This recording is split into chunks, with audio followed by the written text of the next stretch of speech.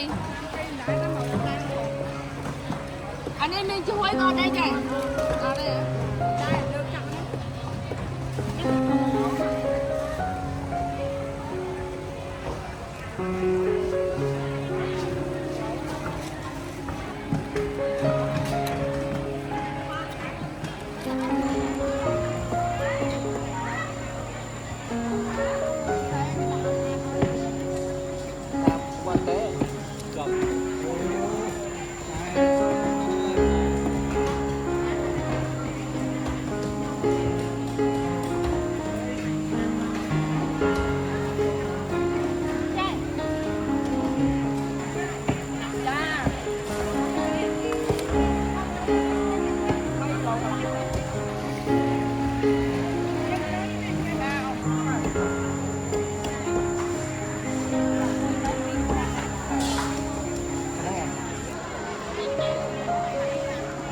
Được mấy cái?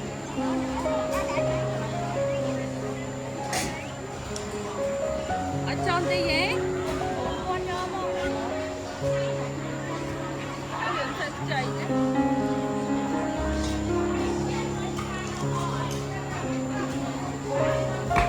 Chả tôi nhỏ đi luôn mày. Không có tí con anh. Ủa, nhỏ nhỏ nè. Anh em mình nói cái hộp bấm tí ấy. Anh nhanh thôi. Anh cho bằng lỗ luôn.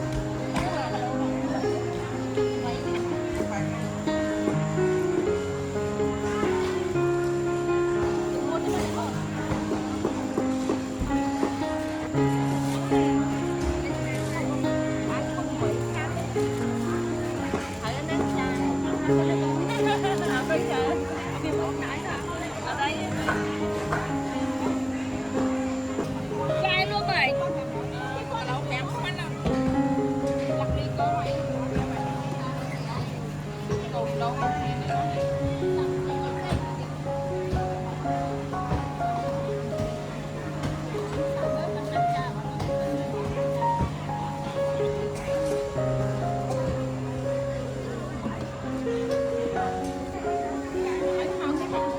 Chả đi thứ mấy mấy chị? Tôi từng tập pin.